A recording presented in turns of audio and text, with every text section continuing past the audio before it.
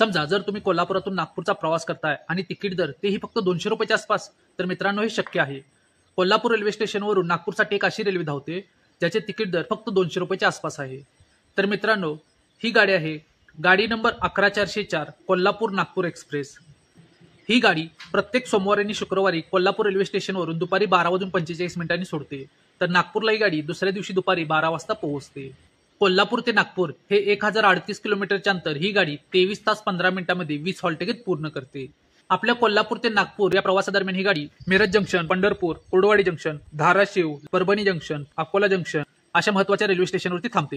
कोल्हापूर ते नागपूर दरम्यान या गाडीचे तिकीट दर स्लीपरसाठी 475 रुपये, थर्ड एसी साठी 1165 रुपये, तर सेकंड एसी साठी 1690 रुपये आहे. आणि मित्रांनो या गाडीचे जनरल कोचचे तिकीट हे फक्त 260 रुपये आहे. मित्रांनो आपल्याला दिलेली ही माहिती आवडली असेल तर व्हिडिओला लाईक करा आणि माझ्या चॅनलला सबस्क्राईब करा. धन्यवाद.